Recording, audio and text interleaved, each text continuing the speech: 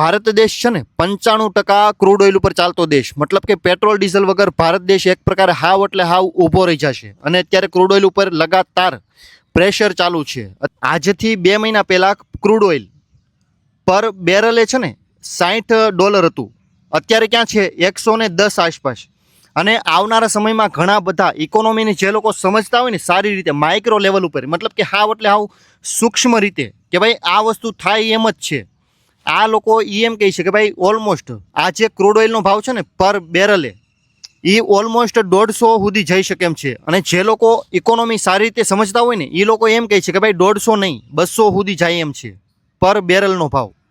તો જ્યાં સુધી આ 60નું 200 સુધી જાય, મતલબ કે ક્રૂડ ઓઇલ ઓલમોસ્ટ ઘણું ખરું મોંઘું, અને ભારતને આના માટે સૌથી વધારે રૂપિયા ખર્ચવા પડશે. જે ક્રૂડ ઓઇલ ભારત દેશ પહેલાં 1 લાખ રૂપિયાનું લેતો હતો ને એનું એ જ ક્રૂડ ઓઇલ એટલું જ ક્વોન્ટિટીમાં હવે એને 3 થી 2 લાખ રૂપિયામાં લેવું પડશે. તો આ સૌથી મોટો ફટકો છે ભારત દેશ માટે. એની એ જ ક્વોન્ટિટી એટલું ને એટલું જ મળશે ભાઈ, 2-5 લીટર જે લેતું હતું એટલું જ તમને મળશે, પરંતુ એના માટે તમારે ખર્ચા ડાયરેક્ટ 2 થી 3 ગણા થઈ ગયા. 1 લાખના 2 લાખ અથવા તો 3 લાખ રૂપિયા તમે જો ને ત્યારે તમને એટલું ને એટલું ક્રૂડ ઓઇલ મળશે. એટલું મોંઘું થયું. પહેલાં કેટલું હતું પર બેરલે $60, અને અત્યારે કેટલું છે $120 આસપાસ. અને હજી કેટલું થવાનું છે 200 સુધી.